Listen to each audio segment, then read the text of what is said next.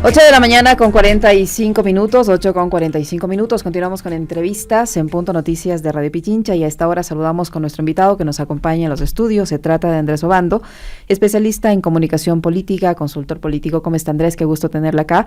Buenos días, bienvenido, gracias por participar en Punto Noticias de Radio Pichincha. Le acompañamos Elena Rodríguez, quien le habla, Licenia Espinel. El presidente de la República ayer ofreció una entrevista con la que me parece intentó distraer la atención sobre las críticas que se centraron contra el Consejo Nacional Electoral por esta decisión de anticipar las elecciones seccionales. Allí el presidente hizo algunas declaraciones sobre el tema electoral, pero no sé si logró disipar las dudas o por el contrario las incrementó, si logró un poco aplacar esas críticas en contra de las autoridades electorales. Bajo la lógica de la comunicación, ¿usted qué cree que fue lo que ocurrió? ¿Dejó un saldo positivo o no esa intervención del presidente?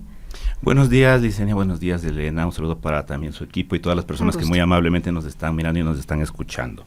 A ver, lo que primero podemos decir nosotros es que hagamos un contexto de coyuntura política. Y el contexto de coyuntura política, antes de hacer el análisis desde la comunicación política, estratégica, técnica, que es lo que voy a tratar de hacer, la visión técnica, la coyuntura política ahora mismo está alrededor completamente de las elecciones seccionales.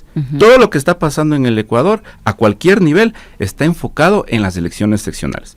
Podemos verlo desde el nivel al entorno judicial, inclusive desde el entorno electoral específicamente, y desde cualquier enfoque que le podamos poner nosotros, inclusive desde Contraloría, desde cuestiones de obras públicas, etcétera.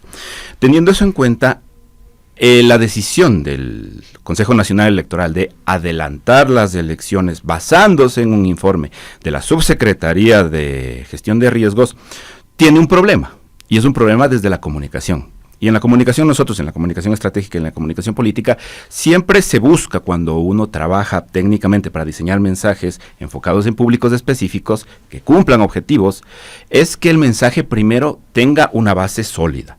Y para tener una base sólida debe tener algún elemento técnico. Y después del elemento técnico saber cómo comunicarlo. Porque hay cuestiones que son muy complejas que requieren un lenguaje mucho más de base. Aquí, ¿cuál es el problema? Que tanto la decisión del Consejo Nacional Electoral, así como las declaraciones, no solo del presidente, sino también de los consejeros del Consejo, tiene un problema que no tiene una decisión técnica, y no tiene una decisión técnica sustentada. Y eso se trata porque lo que nosotros entendemos como ciudadanía al ver el informe y al ver las declaraciones de los consejeros es que han basado una decisión muy importante para el país y para la situación electoral en una probabilidad. Y es una probabilidad que incluso es menor que la que ha sido en otros años, y en otros años electorales. En otros entornos electorales, la posibilidad de que el niño sea fuerte ha sido mayor que el 60%, revisando los informes inclusive de los entes meteorológicos que han hecho públicas o que compartían en su momento. Entonces, el presidente, al tratar de explicar la situación, se alinea al CNE. Lo que nosotros podemos ver es que él, a tratar de defender o justificar la decisión del CNE, trata de alinearse. Ahora, el CNE tiene un enfoque, entre comillas, técnico. Trata de explicarlo desde el informe que le dio la subsecretaría, que es muy deficiente en términos de comunicación y de mensajes, porque no logra cuajar. Ahora el presidente lo trató de explicar desde un entorno político. Es decir, él justificaba la decisión por la lógica de a quién le favorece y a quién no le favorece. Entonces tenemos dos entornos y dos ejes que se quieren explicar la decisión y ninguno de los dos termina de funcionar.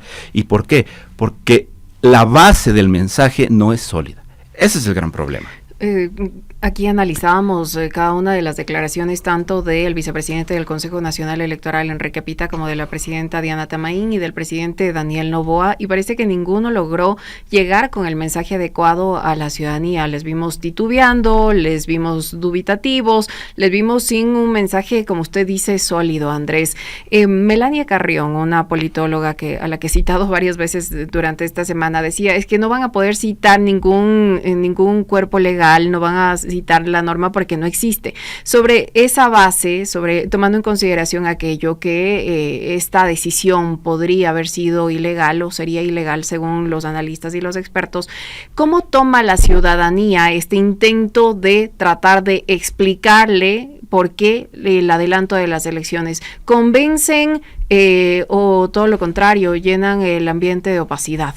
Muy bien, aquí nos da pie para tratar de explicar una situación de comunicación política estratégica. Para nosotros entender cómo funciona la comunicación aquí tenemos que entender los segmentos de población y qué segmentos políticamente de apoyos existen actualmente en el Ecuador. A gran medida, pero no exclusivamente, 3. El denominado correísmo, el denominado anticorreísmo y un gran segmento de la población que no está ni con un lado ni con el otro, que se llaman moderados. Es decir, los unos podríamos hacerle la comparación como unos hooligans de la política, tanto en un extremo como el otro, y los demás son los que tratan de buscar más racionalidad a las situaciones, darles explicación. Y aquí entramos en otro punto que es de la polarización. Como estamos tan polarizados, nos basamos en un concepto que se llama la posverdad. Y la posverdad es una situación donde no importan los datos, sino más bien los sentimientos. Algo para mí es real o lo asumo como verdad si es que se alinea a lo que yo creo, más que si es que me demuestra con datos de que no.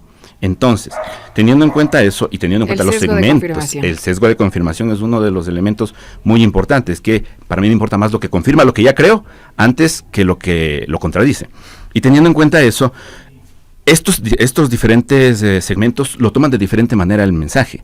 Inclusive dentro del anticorreísmo ya podemos ver que está segmentado entre las personas que son anticorreístas radicales y también las que son antinovoístas, porque si ustedes se han dado cuenta, y esto es un paréntesis, dentro de la situación del presidente Daniel Noboa, en el momento en el que él atacó a la Corte Constitucional, dividió al anticorreísmo, y ahí fue cuando un segmento que no está de acuerdo con el presidente se evidenció. Y esas personas son las que ahora mismo también están criticando la posición del CNE y también de una u otra manera la posición del presidente. Del lado de la Revolución Ciudadana o del correísmo, como le llamamos, ahí también hay una crítica. Entonces ya tenemos dos segmentos grandes que están en la crítica. Ahora los moderados, que básicamente son el segmento de población que inclina la balanza hacia un lado o a otro en las elecciones, normalmente en las presidenciales. Este segmento también cuestiona la posición del Consejo Nacional Electoral y la decisión. Entonces, en un resumen, haciendo este análisis desde la comunicación política técnica, podemos decir que la decisión carece de apoyo, tiene muchas críticas y hay algo mucho más importante, que en una elección o en un proceso electoral, el ente electoral es fundamental. Y esto voy a citar, por ejemplo, el informe del Observatorio Complutense de la Desinformación, del que soy parte y en el que se trabajó en las elecciones 2023 y 2025, donde una de las conclusiones es que se debe evitar que se afecte al proceso electoral, porque si es que se afecta al proceso electoral, se cuestiona